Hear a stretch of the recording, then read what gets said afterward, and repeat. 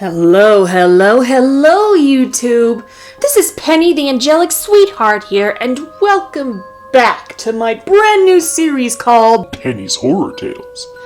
Now, today we are going to be doing some more urban legends, only this time I'm going to be reading the stories to you, instead of explaining what they're about, because I can't explain anything right!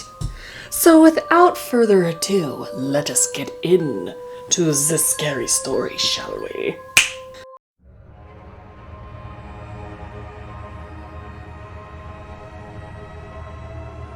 Okay, now the first urban legend that I'm going to be reading to you is called The Babysitter. Now, I know a lot of you have heard of this already, because it was told to you, blah, blah, blah, blah, blah.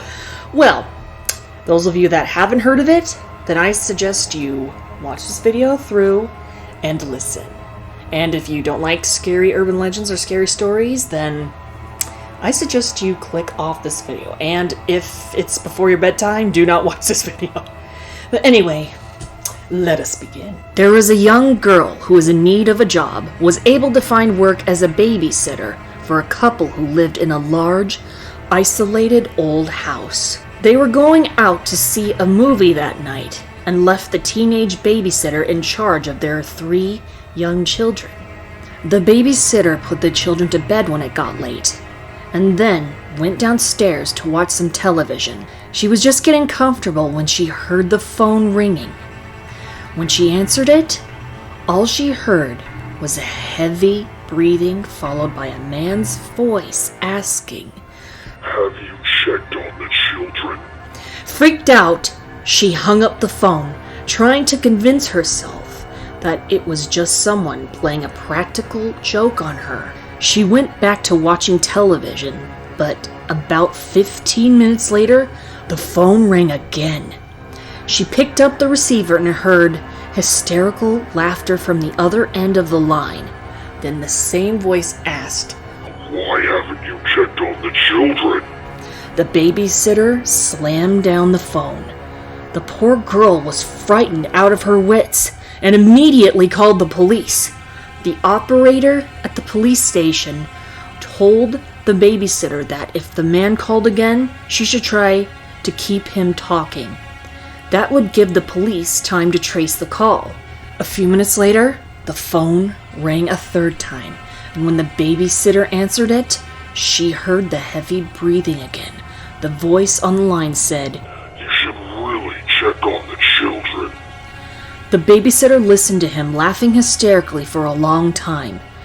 She hung up the phone again, and almost immediately it rang again. This time it was the operator from the police station who yelled, "Get out of the house right now! The call's coming from the upstairs phone!" The babysitter dropped the phone in shock and suddenly heard heavy footsteps walking down the stairs. Without pausing for a second, she ran out of the house as fast as her legs would carry her. Just as she closed the front door behind her, a man's hand slammed against the glass. She screamed and ran out into the street just as a police car was pulling up outside. The police searched the house and found the 2 children upstairs, hiding in a closet, crying uncontrollably. In the parents' bedroom, they found a bloody axe lying on the floor next to the upstairs phone. The black window was wide open and the curtains were blowing in the breeze. There was no sign of the madman who had made the phone calls. He had escaped into the night when the police arrived and managed to interrupt his horrible plan to kill the 2 children and the poor babysitter. Wow, that is a pretty creepy story. But yeah, if I was in her shoes and I found out a killer was in my house, well, actually in the parents' house, I'd freak out too. Except I would not know what to do. I'd be too panicked and oh my gosh. Anyway, next scary story.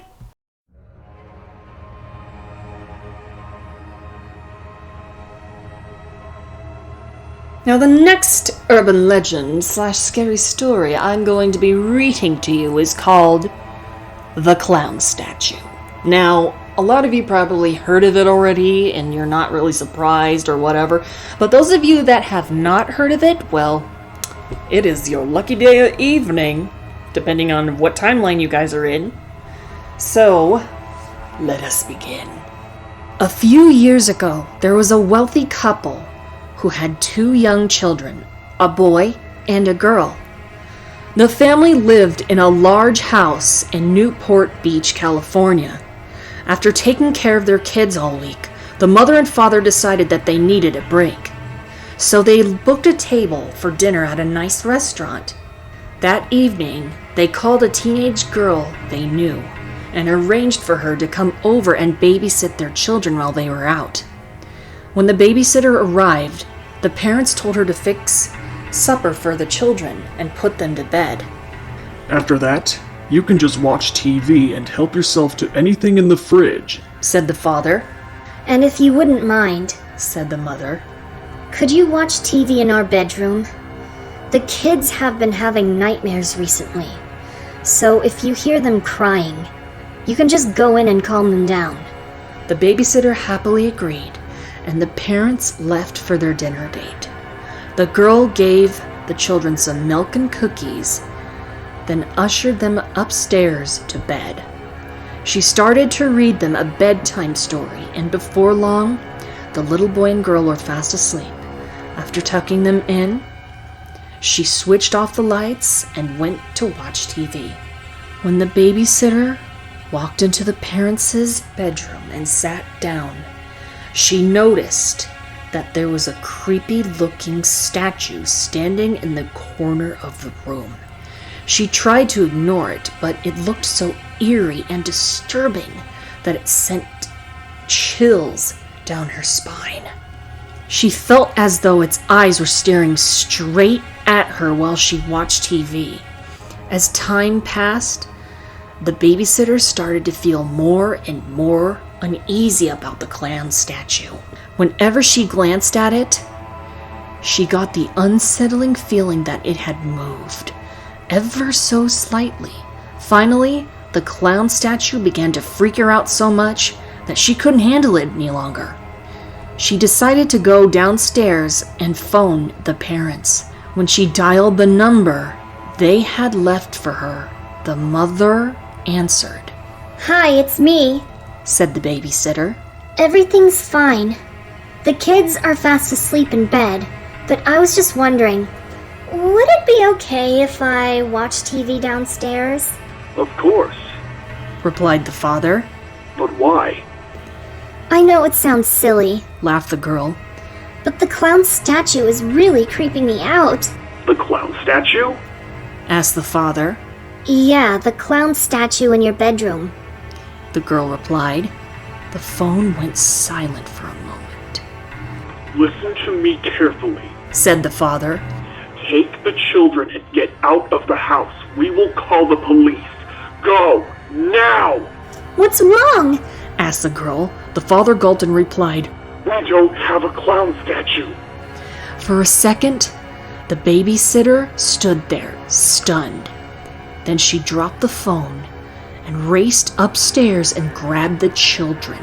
Carrying one under each arm, she raced downstairs again and fled out into the street. Huddled on the sidewalk, comforting the 2 children, the babysitter looked up at the bedroom and saw something that made her scream out in horror. Peeking through a gap in the curtains was the white, painted face of a clown. It stared at her for a moment, then sank back into the darkness. Within minutes, the police arrived and cautiously entered the house. In the upstairs bedroom, they found a man dressed in a clown suit. When they arrested him, they found a knife concealed within his costume.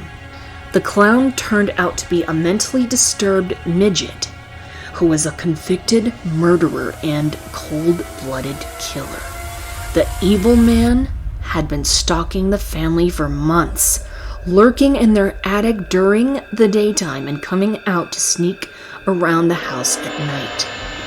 For weeks, the children had been complaining about a clown statue that stood in their room and watch them sleep, but the parents just dismiss this as nightmares.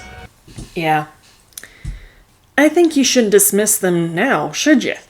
Yeah. If a child is really having disturbing nightmares, hear them out.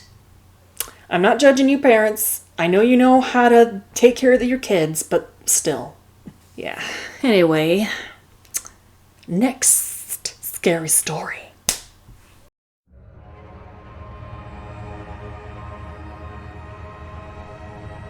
This next scary story / urban legend that I'm going to be reading to you is called The Boyfriend.